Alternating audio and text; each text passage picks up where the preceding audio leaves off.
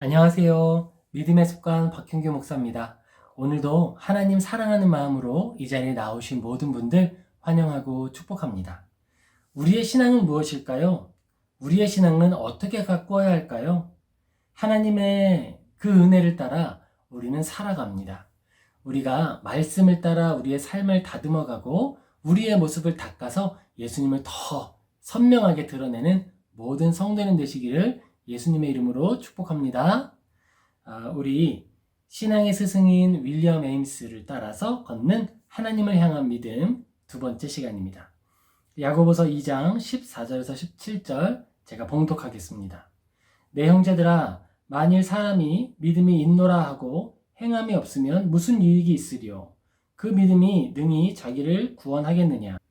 만일 형제나 자매가 헐벗고 일용할 양식이 없는데 너희 중에 누구든지 그에게 이르되 평안히 가라, 덥게 하라, 배부르게 하라 하며 그 몸에 쓸 것을 주지 아니하면 무슨 유익이 있으리요?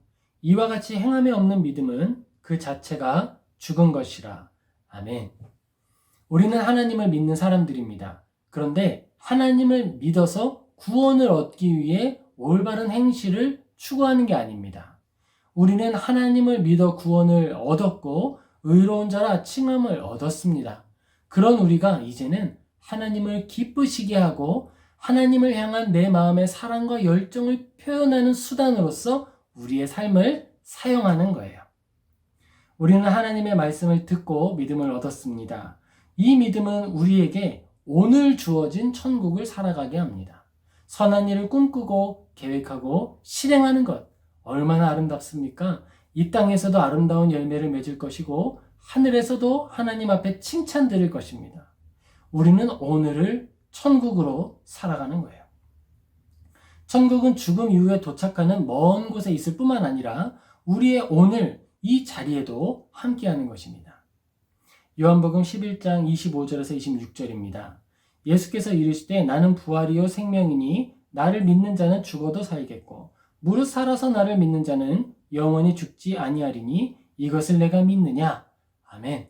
우리는 오늘을 살지만 내일 죽을 사람처럼 멸망을 향해 달려가는 사람들처럼 사는 것이 아니고 오늘을 살더라도 하루를 살더라도 영원에 속한 사람으로 살아가는 것입니다. 그래서 우리에게는 영원한 가치, 영원한 소망이 가장 현실적인 소망이 되는 거예요. 참된 신앙의 본질적인 부분은 새로운 피조물이 되는 것입니다. 이 새로운 피조물이라고 하는 것은 우리가 추구하는 삶의 내용, 내가 피조물로서 살아냈던 삶의 태도, 삶을 바라보는 모든 것이 바뀐다라고 하는 것을 의미합니다. 새로운 피조물은 존재 방식에 있어서 이전과는 다른 원리를 따르게 되었다라는 거예요. 참된 신앙은 하나님의 주권을 강조하고 하나님의 영광을 삶의 제1원리로 소유합니다. 우리가 모든 삶의 내용 속에서 추구하는 가장 근원의 원리가 하나님의 영광이 되는 거예요. 하나님을 기쁘시게 하는 일을 위해서 살아가기를 소망하게 된 것입니다. 그리스도인의 이 거듭남은요, 하나님께서 우리에게 주시는 기적이고 놀라운 변화입니다. 이것은 우리에게 주어지는데요, 한 번에 완전히 완성되는 게 아니에요. 우리는 하나님께 접붙임되고 그 안에서 자라갑니다. 거듭남은 신자의 전인격적인 이 존재의 모든 영역에서 나타나는 지속적인 하나님의 사역입니다. 성령님께서 우리와 함께 하시면서 할 말과 할 것을 알게 하시고 우리가 걸어갈 여정 가운데에서 모든 선한 일을 할 능력의 근원이 되어 주십니다. 우리가 선한 일을 하다가 낙심할 수도 있겠지요. 선한 일을 하다가 대적들에게 우리가 좌절하거나 낙심하거나 실망하기도 하고 때로 실족하기도 할 것입니다. 하지만 그때마다 성령님께서 우리를 붙드시고 인도하셔서 수렁에 빠졌을 때는 건져주시고 넘어진 자들은 일으켜주시고 기진맥진하여서 힘이 없는 자들에게는 하늘 양식을 먹여서 다시 새 힘을 허락해 주십니다. 하나님께서 우리의 그 은혜, 우리를 은혜 가운데 거하게 하여 주시는 거예요. 성도의 거듭남은 거룩한 가르침에 대한 권위를 인정하게 만듭니다. 그래서 하나님의 말씀이 내 안에 가장 중요한 원리로서 점점점 자리 잡아가는 거예요. 이것을 효과적인 부르심이다 라고 부릅니다. 하나님의 권위를 인정하게 되는 인식으로부터 그리스도인은 시대와 상황을 해석할 새로운 이해와 시각을 가지게 됩니다. 이전에는 하나님이 막연한 존재셨고 어딘가에 계시는 신 이런 의미였다면 이제는 다른 의미로 다가오는 거예요. 내 삶의 근원, 나의 모든 것을 해석하고 이해하고 실행하는 일에 하나님이 중심이 되십니다. 하나님이라면 어떻게 하실까? 나의 삶에 하나님이 함께 하시는데 나는 무엇을 선택해야 할까? 우리는 알게 되는 거예요. 거듭남을 통해 나타난 이 부르심, 이 효과적인 부르심은 하나님의 주권과 권위를 인정하는 마음을 형성합니다. 그리고 그 마음의 방향성과 삶에 맺는 열매 자체도 내용이 달라지는 거예요. 예전에는 더 많은 것, 더 화려한 것이었다면 이제는 하나님의 영광, 하나님의 기쁨, 이러한 것들을 기뻐하게 됩니다. 하나님의 말씀에 대하여서 수용적인 태도를 가지게 됩니다. 하나님의 말씀과 나의 이성이 충돌할 때 우리는 진지하게 하나님의 말씀을 살펴보게 되는 거예요. 그리고 하나님의 말씀으로부터 오는 진리의 빛을 가장 중요한 원칙으로 소유하게 됩니다. 거듭남을 통해 하나님의 살아계심과 주권을 확인한 피조물은 하나님의 말씀을 따라서 자신의 죄를 발견합니다. 내가 교정되어야 할 삶의 내용을 확인합니다. 그리고 십자가 앞에 나아갑니다. 복음은 언제나 우리를 십자가 앞으로 인도해 주는 거예요. 우리가 살아내는 거룩하고 온전한 삶, 선한 삶을 추구하는 이 열정은 우리를 십자가 앞으로 인도합니다. 명예의 보좌가 아닙니다. 높은 곳이 아닙니다. 화려하지 않을 수 있어요. 오히려 우리는 오호라 나는 곤고한 자로다라고 말하며 십자가 앞에 나아가서 회개합니다. 효과적인 부르심은 성도에게 선한 행실에 대한 갈망을 만들어내는데 이 선한 행실은 성도를 더욱 겸손하게 만듭니다. 그리고 그리스도를 더 사모하게 만듭니다. 예수님이 나에게 오셔서 구원자로 오셔서 나를 건져주셔야 한다라고 하는 그 갈망을 소유하게 되는 거예요. 왜냐하면 우리가 살아내는 삶에 선한 열매가 없음을 더 확인하기 때문이에요. 선한 열심을 가지고 살면 살수록 내 안에 선한 것이 없다라고 하는 것을 발견합니다. 이게 그리스도인이 누리는 신앙의 역설이에요. 오히려 하나님 안에 탁월한 삶을 살아낼수록 더 겸손해집니다. 성도의 거듭남은 태도의 개혁 이상의 신비로운 신적인 열매입니다. 이 인생, 이 삶, 이 존재 자체가 열매가 되는 거예요. 거듭남은 하나님께서 행하시는 거룩한 사역이에요. 하나님이 나를 변화시켜 주시는 거고요. 내가 조금씩 변해가는 내용들이 바로 하나님의 은혜이며 은혜의 결과이다. 그래서 우리가 이전에는 신앙에 있어서 방관자였다면 이제 그 열매가 우리 안에 나타남으로써 우리는 신앙의 증인이 되는 거예요. 하나님의 증인들로 변해가는 거예요. 예레미야 31장 33절입니다. 그러나 그날 후에 내가 이스라엘 집과 맺을 언약은 이러하니 곧 내가 나의 법을 그들의 속에 두며 그들의 마음에 기록하여 나는 그들의 하나님이 되고 그들은 내 백성이 될 것이라. 여호와의 말씀이니라. 아멘. 하나님께서 우리 안에 당신의 말씀을 새겨주십니다. 그리고 우리 안에 새겨진 하나님의 말씀은 우리의 양심을 새롭게 하는 거예요. 이 새로워진 양심은 이전에는 죽지 않을 만큼의 정의 온도면 충분하다고 생각을 했습니다. 이 정도면 그렇게 악하지도 않고 그렇게 선하지도 않고 딱 좋네. 근데 새로워진 양심은 보다 뜨거운 정의를 원하게 되는 거예요. 예전에는 20도, 18도, 15도, 10도 이 정도만 정의의 온도가 돼도 그냥 살만하다고 생각을 했습니다. 하지만 우리는 하나님의 새로워진 양심 속에서 36.5도의 체온과 같은 정의의 온도를 추구하게 되는 거예요. 세상에 식어있는 정의를 바라보며 죽은 자들의 향기를 느끼게 되는 것입니다. 그래서 하나님을 의지하고 우리 안에 주시는 은혜의 열정을 따라서 이 땅 가운데 그리스도의 온기를 전해주는 거예요. 거듭남은 성령님의 효과적인 사역입니다. 사람이 이루는 것이 아닙니다.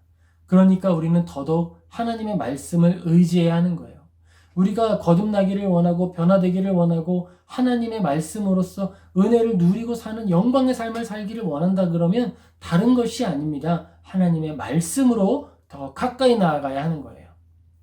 이 역사를 통해 그리스도인은 영혼이 거룩한 것을 소망하고 원하게 되고 하나님을 기쁘시게 하는 일을 행하게 됩니다. 그리고 죄가 우리 안에 아직도 남아있다는 사실을 발견하고 애통해하게 됩니다. 어거스틴이 있습니다. 성 어거스틴이라고도 부르지요. 그런데 그는 하나님을 믿고 또 온전한 삶을 살아가게 됐을 때 우리의 책을 쓰게 돼요. 그게 고백록이에요. 나의 죄에 대해서 이야기하고 있는 거예요. 우리가 하나님 안에 살아가고 하나님이 내 안에 삶의 원리가 되시고 나의 중심이 되시고 주인이 되셨을 때 우리는 내 안에 전혀 존재하지 않는 선함을 원하게 됩니다. 그리고 오호라 곤고한 자로다 라고 말하며 십자가 앞에 더 나아가는 거예요. 프란시스 튜레틴이라고 하는 신앙의 선배가 있습니다.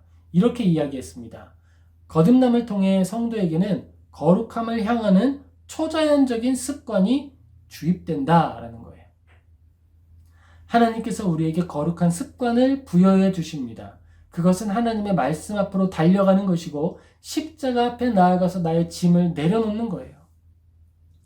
요한 1서 1장 8절에서 10절 이렇게 기록됩니다.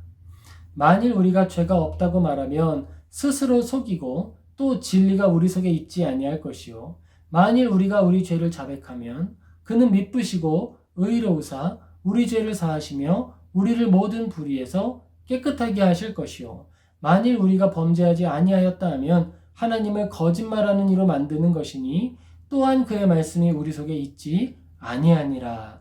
아멘. 우리는 거룩한 삶을 갈망합니다. 갈망하는 거예요. 하지만 그와 함께 우리 안에 선한 것이 너무나도 없다는 사실을 확인합니다. 그것으로 하나님을 더 의지하게 되는 거예요. 내 안에는 선한 게 없어. 그러니까 못하겠다. 포기하거나 다른 길을 가는 것이 아니에요. 오히려 더 하나님께 나아가는 거예요.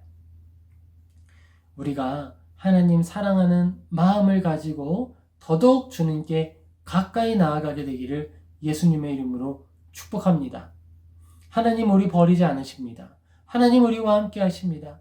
가장 누추하고 작은 자리에 우리가 넘어져 있을 때에 우리를 가장 먼저 찾아오시고 아무도 우리를 찾아내지 못할 때에 우리를 찾아오시는 분이 바로 하나님이십니다. 바로 그 하나님을 의지하여 은혜의 보좌로 담대히 나아가는 모든 성도는 되시기를 예수님의 이름으로 축복합니다. 아멘. 기도하겠습니다. 살아계신 하나님, 우리가 하나님을 의지합니다. 하나님을 바라봅니다. 하나님 안에 살아가기를 소망합니다. 주님, 삶을 살아내는 실력이 부족하고 우리가 완전히 부패하여서 선한 삶을 살려고 돌아보았더니 아무것도 선한 게 내 안에 없음을 발견합니다. 이 불쌍한 자, 곤고한 자, 이 죄인을 용서하여 주옵소서. 십자가 앞에 달려갑니다. 우리를 씻어 주시옵소서. 내일 떠오를 새 해와 지금 함께한 새 소망을 가지고 우리가 새로운 결단을 하게 하여 주시옵소서. 예수님의 손을 꼭 붙들고 은혜의 보좌 안에 머물러 있도록 도와 주시옵소서. 그리하여 하루에 하루만큼 성장하고 성숙하여 주님을 기쁘시게 하고 하늘에 영광 올려드리는 주의 자녀 되게 하여 주시옵소서. 주님, 우리 안에 새 마음을 허락하여 주옵소서. 주님을 의지합니다. 동행하여 주시옵소서. 이 모든 우리 주 예수 그리스도의 이름으로 기도하옵나이다. 아멘. 우리가 믿음의 여정 걸어갑니다. 여러분, 근데 좋은 소식이 있어요. 혼자 걸어가지 않아요. 우리 이웃이 있습니다. 우리 이웃들의 손도 꼭 잡고 온기 나누고 또 서로 힘을 모아서 이 여정 끝까지 걸어가게 되기를 예수님의 이름으로 다시 한번 축복합니다. 아멘. 함께 해주셔서 감사합니다. 우리 또 뵙겠습니다.